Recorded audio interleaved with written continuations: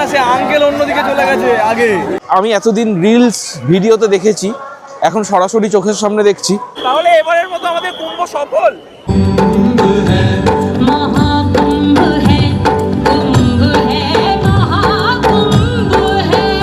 ধর্ম যখন ব্যবসায় পরিণত হয় তখন বোধহয় এটাই হয়। দারুণ, সত্যি এখানে না এলে তোমরা খুব বড় একটা জিনিস মিস করবে। হর হর গঙ্গে।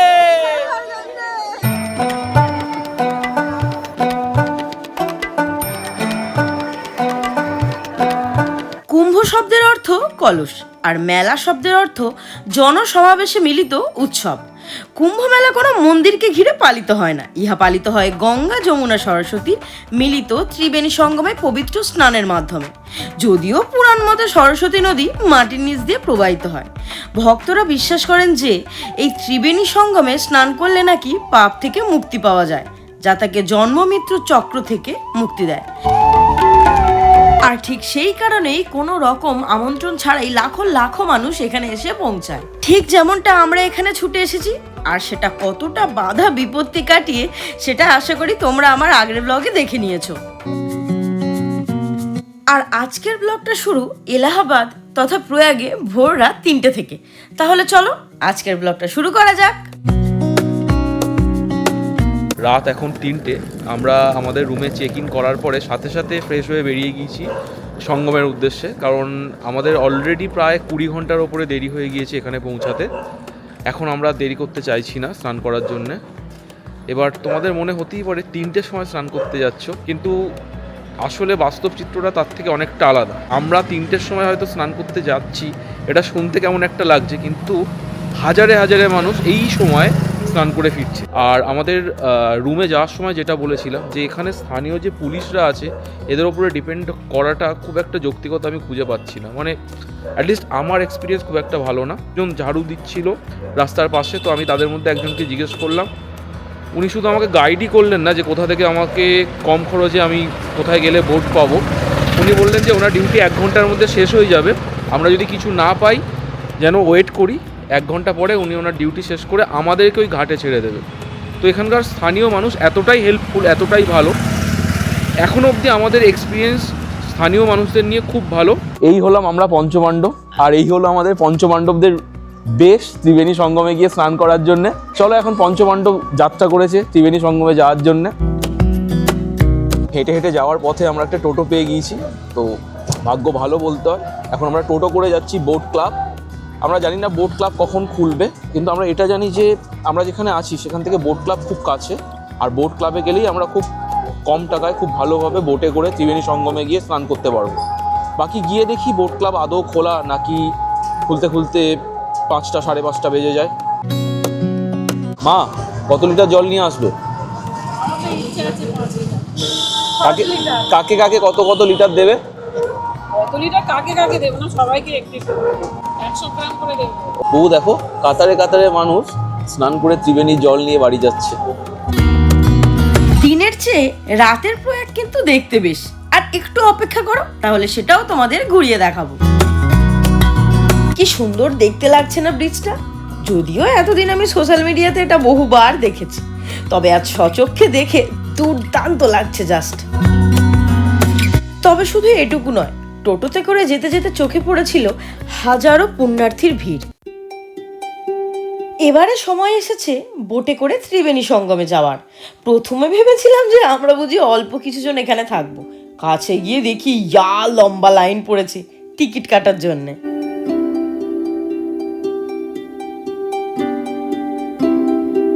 বোট ক্লাবের পাশে রয়েছে মা কালীঘাট, যেখানে প্রতিদিন ভোর আর সন্ধ্যায় রামায়ণ মহাভারতের মতো পৌরাণিক কাহিনী লেজার শো এর মাধ্যমে দেখানো হয়। কিরগঞ্জ বোট ক্লাবে এসেছিলাম, কিন্তু ওই যে বলে ব্যাড লাক, সেটা পিছু ছাড়ে না আমাদের। এখন এরা বলছে যে আজকে রাষ্ট্রপতিজি আসবেন, তো সেই জন্য প্রশাসন থেকে বলেছে এখানকার বোট চলাচল বন্ধ থাকবে। এবার এরা নিশ্চিতভাবে বলতে পারছে না যে বোট চলাচল আজকে সঙ্গম অবধি যাওয়া যাবে না যাবে না। মানে অনেকেই বলছে রাষ্ট্রপতিজি চলে যাওয়ার পরে শুরু হবে, অনেকে বলছে তার আগেও শুরু হতে পারে। মোদ্দা কথা হচ্ছে 5:30 পৌনে 6টার আগে কেউই কিছু বলতে পারবে না। এখন বাজে 4:20, 5:30, মানে প্রায় 1 ঘন্টারও বেশি অপেক্ষা করতে হবে। তো সেই জন্য আমরা এখন একটা ডিলেমাতে পড়েছি যে এখন 5:30 অবধি অপেক্ষা করব নাকি এখান থেকে হেঁটে সঙ্গমের উদ্দেশ্যে রওনা দেবো। মানে সঙ্গমে যেতে গেলে মিনিমাম 5 কিলোমিটার হাঁটতে তো হবেই, কারণ শুধুমাত্র পুলটাই অলমোস্ট 3 কিলোমিটার লম্বা। দেখা যাক বাবা মা রিজু আর বুবু কি বলে। হাসি পাচ্ছে। হ্যাঁ, আমাদের সাথে কোনো কিছু স্মুথলি বোধহয় হতে চায় না, সব কিছুতেই কিছু না কিছু বাধা। যাই হোক, দেখছি এরপরের আপডেটটা তোমাদের কি হয় সেটা জানাচ্ছি। এখন আমরা রয়েছি কালিমা ঘাটে। এখানে সব জায়গায় লিটারেলি ডাকাতি হচ্ছে।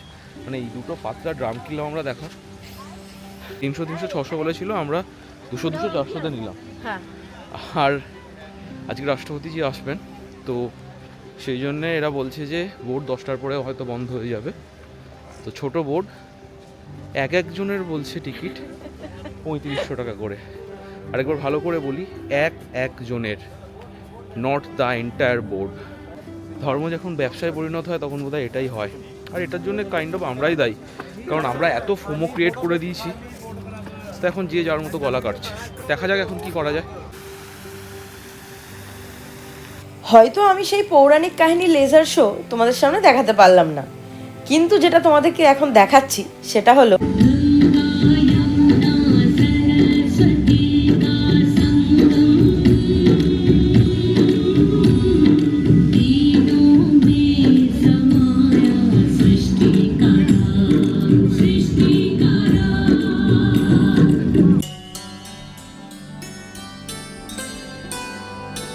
দশ থেকে 15 কিলোমিটার হাঁটবো, এই মানসিক প্রস্তুতি নিয়েই কিন্তু আমরা এখানে এসেছি।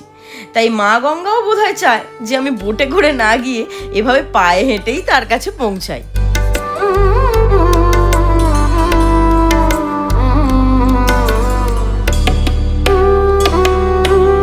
এখন আমরা ক্রস করছি চুংড়ি মোড়। এখান থেকে হেঁটে সঙ্গম প্রায় 3 কিলোমিটার। তো এর আগে পর্যন্ত এই অবধি নো এন্ট্রি। তো এখান থেকে পায়ে হাঁটা ছাড়া কোনো উপায় নেই। কিন্তু যদি কেউ আমাদের ভিডিও দেখে প্রশ্ন করো যে আচ্ছা বয়স্ক মানুষ যারা হাঁটতে পারে না তাদের জন্য কী অবস্থা, আমার সত্যিই জানা নেই, কারণ আজকে রাষ্ট্রপতির জন্যে কোনো বোট চলাচল হচ্ছে না। তো পায়ে যাওয়া ছাড়া আমাদের কাছে অ্যাটলিস্ট এখন কোনো উত্তর নেই।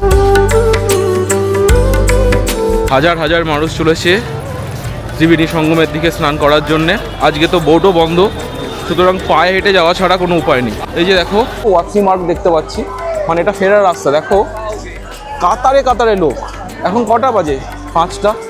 কাতারে লোক স্নান করে অলরেডি ফিরে যেতে আরম্ভ করেছে। এখন আমরা যাচ্ছি সঙ্গমের দিকে স্নান করতে। তবে আমার একটু কনফিউশন লাগছে, এটা কি আদৌ স্নান করতে যাওয়ার রাস্তা? एक्सक्यूज मी सर, संगम जाने का रास्ता क्या यही है? Thank you sir.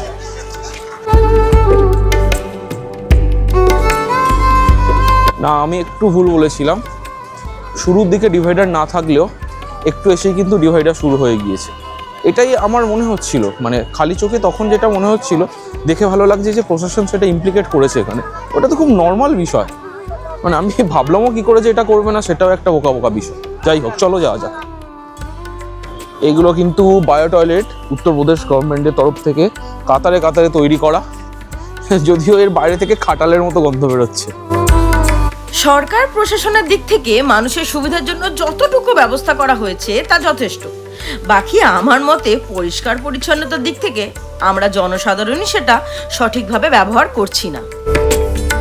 কুম্ভ মেলা আমাদের হিন্দু সনাতন ধর্মাবলম্বীদের কাছে এক প্রধান উৎসব। দার্শনিক আদি শঙ্করাচার্যকে কুম্ভ মেলার প্রবর্তক বলে মনে করা হয়। এটি হলো বিশ্বের বৃহত্তম ধর্মীয় সমাবেশগুলির মধ্যে একটি, যা প্রতি 3, 6, 12 এবং 144 বছর অন্তর একবার পালিত হয়। বছর ভেদে কুম্ভ মেলাকে কুম্ভ, অর্ধকুম্ভ, পূর্ণকুম্ভ এবং মহাকুম্ভ হিসেবে ভাগ করা হয়েছে। এই মেলা পালিত হয় উত্তরপ্রদেশের প্রয়াগরাজ তথা এলাহাবাদে, মধ্যপ্রদেশের উজ্জয়িনীতে, উত্তরাখণ্ডের হরিদ্বারে এবং মহারাষ্ট্রের নাসিকে। 144 বছর অন্তর হওয়া মহাকুম্ভ প্রয়াগরাজেই পালিত হয়। আর বলা বাহুল্য যে আমার সৌভাগ্য, তাই হয়তো আমি আজ এখানে আসতে পেরেছি। ভোরের আলো ফোটার সাথে সাথে বদলাচ্ছে মেলার রূপ। লাখো লাখো পুণ্যার্থী সঙ্গমে স্নানের উদ্দেশ্যে হেঁটে চলেছে। শাহী স্নানের ডেটে আসিনি, এসছি একটা নর্মাল দিনে, তাও চোখের সামনে যেটা এক্সপিরিয়েন্স করছি আনরিয়েলিস্টিক। মানে আমি এতদিন রিলস ভিডিওতে দেখেছি, এখন সরাসরি চোখের সামনে দেখছি। বুবু, তোমার কেমন ফিল হচ্ছে? দারুণ, সত্যি এখানে না এলে তোমরা খুব বড় একটা জিনিস মিস করবে। একদম একদম একদম। এত মানুষ এখানে ছুটে আসছে, কিছু না কিছু তো কারণ রয়েছে, তাই না? তাই বলবো হয়তো আসতে কষ্ট হবে, একটু কেন অনেকটাই কষ্ট হবে, কিন্তু তবু বলবো যে সমস্ত কাজ কষ্ট সব কিছু পেন্ডিং রেখে তোমরা প্লিজ এসো। মহাকুম্ভ সংক্রান্ত পৌরাণিক কাহিনী মূলত সমুদ্র মন্থনের সঙ্গে যুক্ত। কথিত আছে যে দেবতা ও অসুরদের মধ্যে অমৃত প্রাপ্তির জন্য প্রচণ্ড যুদ্ধ হচ্ছিল। তখন নারায়ণ মোহিনী রূপ ধারণ করে একটি অমৃত কলস নিয়ে উঠে আসেন। তারপর অসুররা অমৃত কলস দখল করে নিলে বিষ্ণু মোহিনী রূপে সেই কলস ফিরিয়ে আনেন। সেই সময় অমৃতপানের মধ্যে দেবতা ও অসুরদের মধ্যে লড়াই তীব্র আকার ধারণ করতে থাকে। তা দেখে দেবরাজ ইন্দ্রের ছেলে জয়ন্তর হাতে অমৃতের কলস তুলে দেন বিষ্ণু। এরপর জয়ন্ত কাকের রূপ ধারণ করে কলসিটি নিয়ে উড়ে যান। তা দেখে অসুররা তাকে ধাওয়া করতে গিয়ে তাড়াহুড়োতে কয়েক ফোঁটা 4টি জায়গায় পড়ে। এই 4টি জায়গা হলো প্রয়াগরাজ, উজ্জয়ন, হরিদ্বার এবং নাসিক। এই 4 জায়গায় তাই কুম্ভ মেলা আয়োজিত হয়। শাস্ত্র অনুযায়ী প্রয়াগরাজকে তীর্থরাজও বলা হয়। একথা বিশ্বাস করা হয় যে ব্রহ্মাজি এখানে নাকি প্রথম যজ্ঞ করেছিলেন। পৌরাণিক কাহিনী অনুযায়ী 12 দিন অমৃত পাওয়ার জন্য দেবতা ও অসুরদের মধ্যে প্রচণ্ড যুদ্ধ হয়েছিল। এই 12 দিন একজন মানুষের কাছে 12 বছরের সমান। তাই প্রতি 12 বছরে একবার মহাকুম্ভের আয়োজন করা হয়।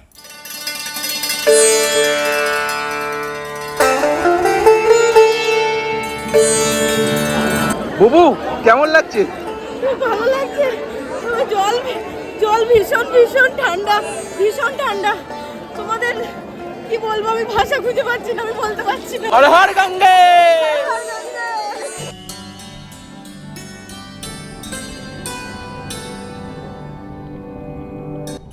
হর হর মহাদেব। হর মহাদেব।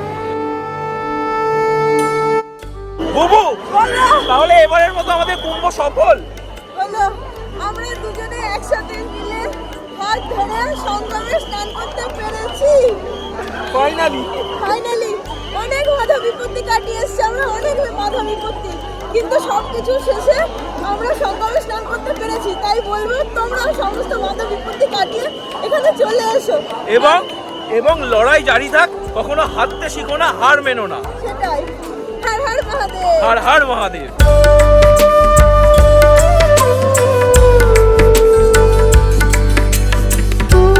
জনতার ভিড়কে আয়ত্তে আনার জন্য ঘোড়ায় চড়ে পুলিশ দেখলাম সারা মেলা প্রাঙ্গণ টহল দিচ্ছে। কুম্ভ মেলায় হারিয়ে যাওয়ার ঘটনা কম বেশি আমরা সকলেই শুনেছি। তাই অনেককে দেখলাম একই রকমের পোশাক পরে রয়েছে, যাতে তাদের একে অপরকে খুঁজে পেতে সুবিধা হয়। ও আর হ্যাঁ, সঙ্গমে স্নান করার পর মেয়েদের জন্য কিন্তু 200 মিটার অন্তর অন্তর ছোট ছোট করে ঘর বানিয়ে দেওয়া হয়েছে। তাই কোথায় ড্রেস চেঞ্জ করবে সেটা নিয়ে বিন্দুমাত্র না ভেবে আমি বলবো যে তোমরা এখানে চলে এসো, কারণ এখানে এলে যে কোনো আখড়াতে তোমরা থাকা ও খাওয়া স্বল্প মূল্যেই পেয়ে যাবে। लक्ष्मी बचत मस्तक से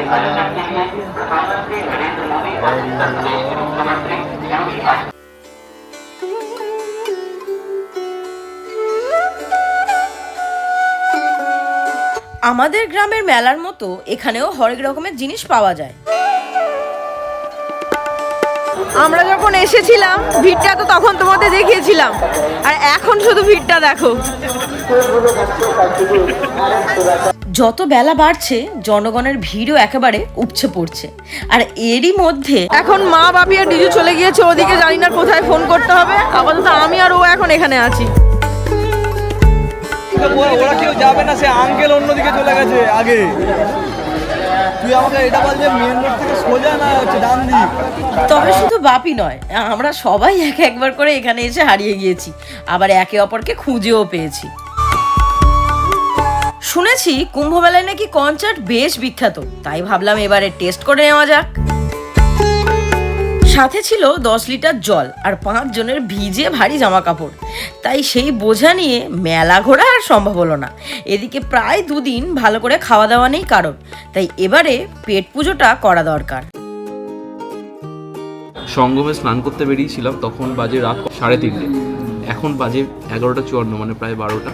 এর মধ্যে আমাদের পেটে কিছু যায়নি, তো আমরা ওখান থেকে টোটো রিজার্ভ করে একটা রেস্টুরেন্টে প্রথমে এসেছিলাম। আনফর্চুনেটলি সেখানে এখনও খাবার তৈরি হয়নি।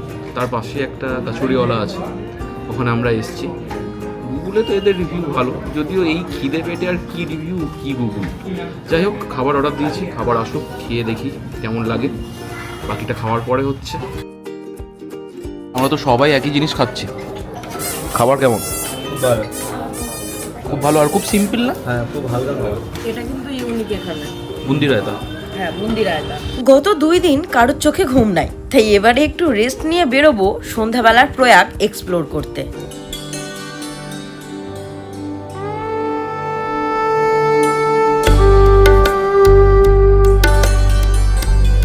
এলাহাবাদ তথা প্রয়াগ একটি প্রাচীন শহর। 17 শতকের এই বাজারটিতে ঐতিহাসিক স্থান, মন্দির, প্রাসাদ ও প্রাচীন খাবারের দোকান লক্ষ্য করা যায়। এখানকার স্থানীয় মানুষজন কিন্তু বেশ ভালো, তবে হ্যাঁ, মানুষের থেকে এখানে গাড়ির সংখ্যা বেশি। তাই কে কোথা থেকে যে গাড়ি নিয়ে তোমার গা ঘেঁষে বেরিয়ে যাবে সেটা বোঝা যায়। এখানকার খাবার দাবার কিন্তু বেশ হরেক রকমের স্ট্রিট ফুড, সাথে মিষ্টি, রাবড়ি, লস্যি বিখ্যাত। তাছাড়া বাজারের মধ্যে রয়েছে বাজাজা বাজার, থাতেরি বাজার, কিনারি বাজার, এছাড়াও ইত্যাদি ইত্যাদি। গুড ইভিনিং ফ্রম প্রয়াগরাজ একে এলাহাবাদ। এখন আমরা যাচ্ছি মা কালী ঘাটে। ওখানে শুনেছি একটা খুব ভালো লেজার শো হয়, যেটা লাস্ট শোয়ের টাইম হচ্ছে 8:30 থেকে 9:30। We are already very late, কারণ এখন প্রায় 8:47 বাজে। আমরা লাস্ট 15-20 মিনিট ধরে হাঁটছি, কোনো টোটো পাইনি। আর আমরা যেখানে আছি সেটা হলো চক বাজার। এটা এখানকার লোক বলে যে এলাহাবাদের সব থেকে পুরোনো, সব থেকে বড় বাজার।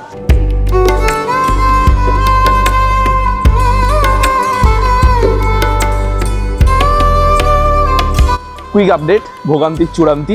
আমরা প্রায় 1.5 কিলোমিটার হেঁটে ফেলেছি, এখনও কোনো টোটো আমরা পাইনি যেটা আমাদেরকে মা কালী ঘাটে নিয়ে যাবে। এটাই হয় যে শহরের ক্যাপাসিটি 100টা লোকে, সেখানে যদি একসাথে 1 লক্ষ লোক চলে আসে, তো এটাই হয়। সব জায়গায় নো এন্ট্রি, যানজট, প্রায় সাধারণ পাবলিকের যে ট্রান্সপোর্টেশনগুলো হয় সেগুলো প্রায় স্তব্ধ, সব মানুষ পায়ে হেঁটেই যাচ্ছে। চলো আমরাও পায়ে হেঁটে যাচ্ছি, ভাগ্যে থাকলে লেজার শো হবে, নাহলে আমরা ওখান থেকে ঠিকবাজি খেয়ে বাড়ি চলে আসবো। 500 মিটারের জন্য একটা টোটো পাওয়া গিয়েছে, আমাদের 500 মিটার গিয়ে ড্রপ করে দেবে, যদিও ভাড়া নামমাত্র, মানে 10 টাকা নেবে। তো 500 মিটারই যদি এগিয়ে যায় সেটাই লাভ, তারপরে আবার গিয়ে 500 মিটার হাঁটা। চলো। লেজার শো দেখা হয়নি এটা ঠিক, কিন্তু তার বদলে আমার হেডউইক দিয়ে গোটা প্রয়াগ ও মহাকুম্ভের মেলা রাতে কেমন লাগে সেটা দেখে নাও।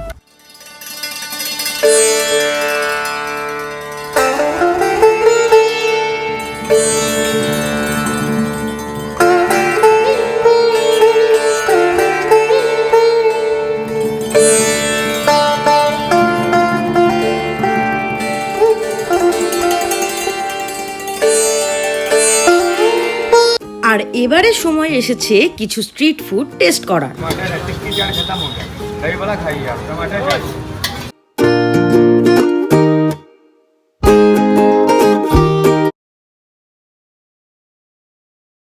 কেমন লাগছে?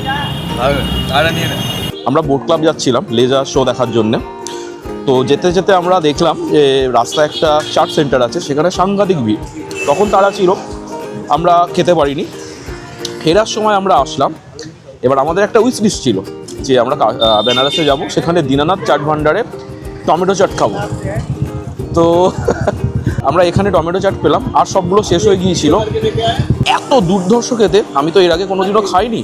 আমি জানি না দীনানাথ চাট ভান্ডারের টমেটো চাট কেমন হবে, কিন্তু এটা আমার জাস্ট অসাধারণ লাগলো। এটা 2টো চাটনি দিল, একটা সবুজ চাটনি, একটা মিষ্টি লাল চাটনি। দুর্ধর্ষ টেস্ট। এখন আমরা খাবো দই বড়া আর খাবো গোলাপ জামুন, এই দুটো টেস্ট করব, বাকি কথা পরে। লাইফে ফার্স্ট টাইম কিন্তু আমি এই টমেটো চাট খেলাম, কোনো কথা হবে না, জাস্ট ফাটাফাটি। আশা করি তোমরা আমার মুখের এক্সপ্রেশন দেখে বুঝতে পারছো যে আমি এটা হাতে পেয়ে কতটা খুশি ছিলাম।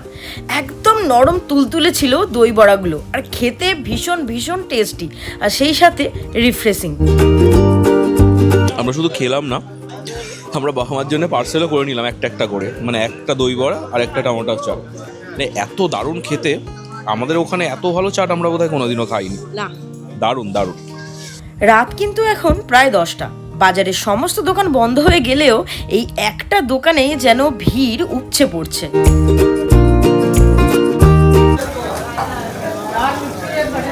রাত্রের খাবার নেওয়ার জন্য আমরা এসেছিলাম কৃষ্ণা হোটেলে, আর এখানেও যথারীতি লোকজন গিজগিজ করছে। क्या बोल रहा हूँ भैया, 11 रोटी कर दीजिए, 11 रोटी हो, और एक मिक्स वेज कर दीजिए। मिक्स वेज फुल का कितना प्राइस है? 220। वो कर दीजिए। ये वाला क्या रोटी है? नान है ना? पनीर बटर मसाला है, शाही पनीर है, मटर पनीर है। ओ, रोटी के साथ ये सब शाही पनीर अच्छा नहीं रहेगा। मटर पनीर ले लीजिए। ঘড়ির কাঁটা কিন্তু প্রায় 11টা ছুঁই ছুঁই, আর এত রাত্রে এখানে যে আমরা খাবার পাচ্ছি সেটাই আমাদের ভাগ্যের ব্যাপার। और कुछ नहीं।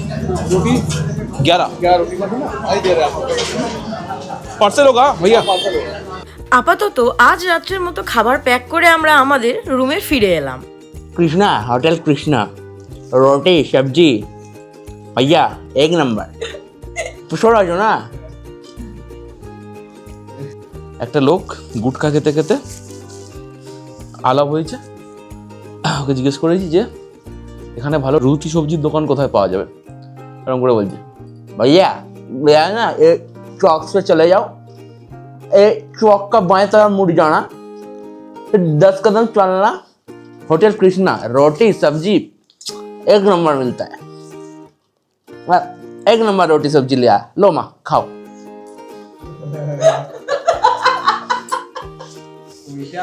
তো আজকে আমাদের প্রয়াগরাজে অফিসিয়ালি শেষ রাত। অফিসিয়ালি এই জন্যই বললাম কারণ এখন এই শহরের অবস্থা এমন, আমরা সত্যি জানি না কালকে গিয়ে আদৌ বেরিয়ে আমরা কালকে বেনারস পৌঁছাতে পারবো কি। দেখা যাক কি হয়। এদিকে দেখো, আমাদের বিছানার উপরেই ডিনার পর্ব চলছে। মা ওখানে মুড়ি খাচ্ছে, বাবার কমপ্লিট। আর এখানে বুবুর আগের দার্জিলিং ব্লগ চলছে, সরি 3 চুলে ব্লগ চলছে। রিজু খেতে খেতে ব্লগ দেখছে, বুবু ওদিকে মুড়ি খাচ্ছে তরকারি দিয়ে, মা শুধু মুড়ি, আর আমি অ্যাজ ইউজুয়াল ডিভাইসগুলো সব চার্জ করছি। চলো কালকে প্ল্যাটফর্মের দিকে যখন যাব তখন কথা হোক। আজকে রাত্রের জন্যে শুভরাত্রি।